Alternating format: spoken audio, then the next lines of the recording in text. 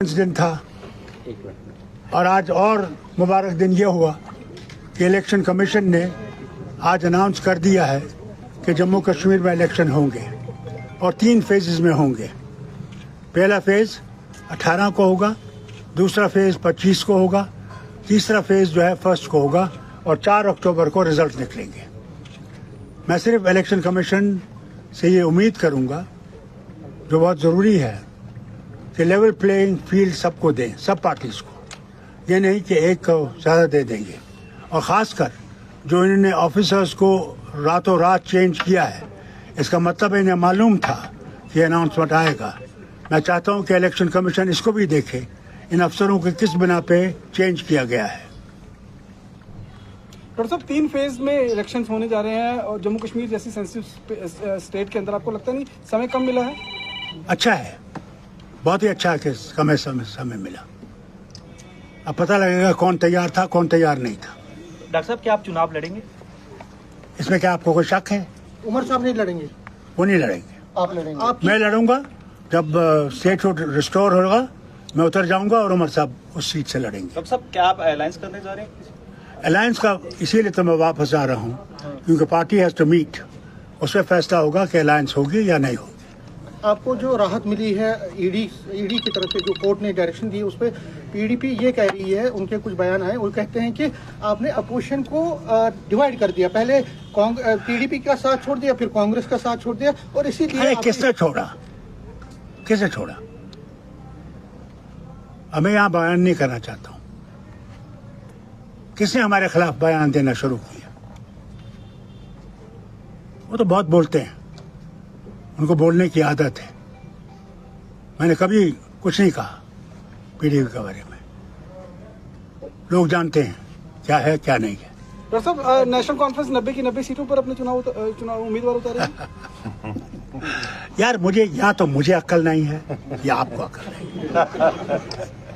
हैरान है। एक बात है, मैंने कहा पार्टी डिसाइड करे, इसके बाद भी ये सवाल है। 370 इशू रहेगा, धारा 370 इशू रहेगा आपका, क्योंकि कोर्ट का वो आप जम्मू के लोगों से पूछिए, हमारे से मत पूछिए कि 370 जाने से उनका क्या नुकसान हुआ, उनसे पूछिए। डॉक्टर साहब, कितनी स्टेटहुड के लिए क्या कहेंगे? नेशनल कॉन्फ्रेंस किसकी उम्मीद? कितनी सीटें लेने की उम्मीद? हुजूर, फिर इलेक्शन क्यों लड़ते अगर उम्मीद नहीं होती? उम्मीद पर तो जिंदगी है, जिसको उम्मीद नहीं है उसके पास जिंदगी ही नहीं है। स्टेटहुड के लिए एनसी का क्या? हम लोग चाहते हैं स्टेटहुड आए, न सिर्फ एनसी, सारी जितनी पार्टी जहाँ की है वो डिमांड करती है कि होना चाहिए। और गवर्नमेंट ऑफ इंडिया का वादा है कि स्टेटहुड होगा और पूरा स्टेटहुड होगा। महिलाओं को एडुकेट रिप्रेजेंटेशन मिलेगी, जो आपकी पार्टी की महिलाएं हैं, क्योंकि वो कहती हैं कि बहुत टाइम से थोड़ा बहुत मिला, लेकिन अब नहीं, अगर आपकी कोई बहन और बीवी है जो लड़ना चाहती है, बता दीजिए, हम उनको देखेंगे कि उसका कितना उसका उसमें है, बताइए। As president, Jammu Kashmir National Conference has always believed that women must get their right. We have fought in the parliament also for women's empowerment, and we'll continue to fight for their empowerment. ये मर्द ही हैं जो उनको नहीं दे रहे, chance नहीं देना चाहते। ये जो इन्हें बिल पास की है, मैं भी देखता हूँ वो कब फाइनल स्टेज पे आएगी। 50+ बीजेपी कह रही है हम आंकड़ा पार करेंगे। मैं कहता हूँ कि वो 100 के 100 ले लें। वो तो ये भी कहते थे ना, क्या आप भूल गए? 370 पार, 470 पार। अब देखिए उनको कितना मिला। डॉक्टर साहब, क्या लगता है, ये ऐलान हो गया है चुनावों का, अब आप जब जनता के बीच जाएंगे, वो कौन से बड़े मुद्दे होंगे जिन मुद्दों को लेकर? मैं आपसे गुजारिश करूंगा, आप इतना इंतजार कीजिए, हमारा मैनिफेस्टो आपके पास आएगा, उसमें सब चीजें दर्ज है। उमर साहब ने अभी प्रेस कॉन्फ्रेंस की श्रीनगर में, वो कहते हैं कि जो ट्रांसफर्स हुई है आज, कहीं ना कहीं वो बीजेपी को फायदा दिलाने के लिए सब कुछ हो रहा है। मैं तो खुद समझता हूँ, मैं समझता हूँ कि इलेक्शन कमीशन को ये देखना चाहिए, अगर वो लेवल फील्ड चाहते हैं तो ये देखना चाहिए उनको ट्रांसफर किस बिना पे किया गया। Why have they been transferred? Farooq साहब, 10 दिन के बाद जो है लास्ट फेज की नॉमिनेशन की डेट है, क्या नेशनल कॉन्फ्रेंस की लिस्ट जो है कैंडिडेट्स की अगले कुछ दिनों में आ जाएंगी, 2-4 दिनों में? हुजूर, आप देखिए, इतनी जल्दी आएंगे जितनी जल्दी बारिश नहीं आती उससे जल्दी हमारे मैनिफेस्टो में पाकिस्तान के साथ बातचीत का रहेगा, मैनिफेस्टो में पाकिस्तान के साथ बातचीत का। आप जाइए, बातचीत करिए। डॉक्टर साहब चुनाव से पहले जिस तरीके से केंद्र सरकार ने जो जम्मू कश्मीर सरकार की पावर्स हैं वो एलजी को ट्रांसफर की हैं, उसे किस तरीके से? This will not stay. When the statehood is restored, statehood means all power to the state. We're not Delhi. We are Jammu and Kashmir.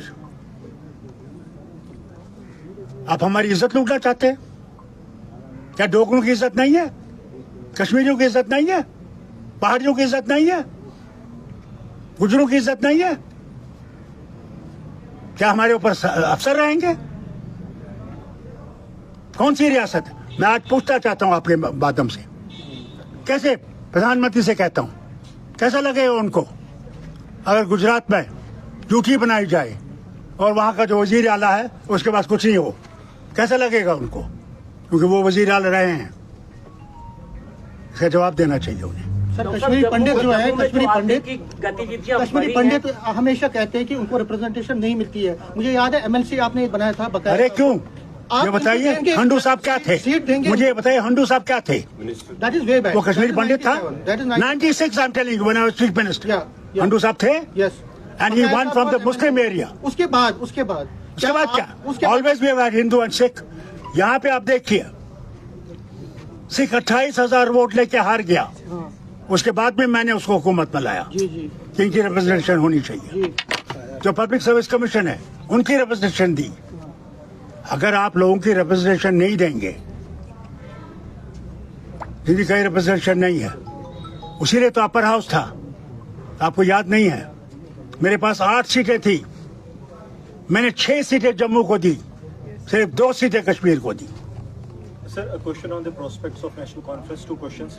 First, are you in touch with Ghulam Nabi Azad? Second question is whether Sajjad Lone and Altaf Bukhari will also be joining your front against the Bharatiya Janata Party? As far as Sajjad is concerned, and as Bukhari is concerned, they're already part of BJP. So what is the problem? As far as Azad is concerned, he has said he is not going to be there in the meeting, in the fight. So there's no problem left. Sir, you said Azad is not going to be in the fight. Has he conveyed it to you that he's not going? No, I read it in the paper. Okay. So no talks with him also. No, you ring him, find out. Doctor साहब, जो जम्मू में लगातार आतंकी गतिविधियां बढ़ी हैं, कई जवानों ने शहादत भी पाई है, क्या लगता है कि भाजपा जो दावे कर रही है कि जम्मू कश्मीर में शांति बहाल हुई है, लेकिन जम्मू संभाग में आतंकी गतिविधियां बढ़ी हैं, क्या लगता है कि इसकी जिम्मेवारी कौन तय करेगा?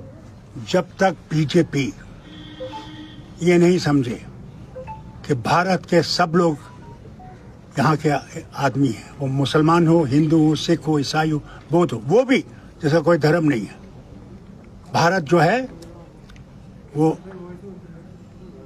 अनेकता में एकता है। उस अनेकता को जब तक हम लोग मजबूत नहीं करेंगे, हम भारत को मजबूत नहीं कर सकते। सर, क्योंकि चुनाव का अनाउंसमेंट हो चुका है, क्या आने वाले वक्त में आप पीडीपी और कांग्रेस के साथ दोनों से बात करेंगे? क्या अलायंस देखा जाएगा? अगर जनरल ये कहे कि मैंने किस फ्रंट पे लड़ना है, मैं समझता हूँ जनरल ने पहले ही मैदान छोड़ दिया है। मैं जनरल हूँ, मैं जो करने वाला हूँ वो आपको उस वक्त बताऊँ। यहाँ पे देखिए, उमर साहब और आप में ये नहीं, I am Farooq Abdullah. You talk to Farooq Abdullah. नहीं, If you want to talk to Umar Abdullah, you talk to him. ये चीज कहा जाता है कि उमर साहब अलायंस नहीं चाहते, आप चाहते हैं। आपका जो विजन है वो ब्रॉडर है, वो कहते हैं कि उमर साहब सोलो जाना चाहते हैं। लोकसभा इलेक्शंस में भी वो सोलो गए और No, let me tell you, you are wrong. I want to fight solo. I want to see where we stand. It will now depend on the party what they want to decide. Sir, बेरोजगारी बड़ा मुद्दा बन चुका है। अरे बेरोजगारी मत छोड़ो, सिर्फ महंगाई कम है। महंगाई भी आसमान से छू रही है। आपके पास रोड मैप है उसका, महंगाई कम करवाने का रोड मैप? आप देखिए जनाब, अगर आ गए, मैं अगर आपको भी महंगाई कम ना कर दूं तो मुझे फारूक अब्दुल्ला।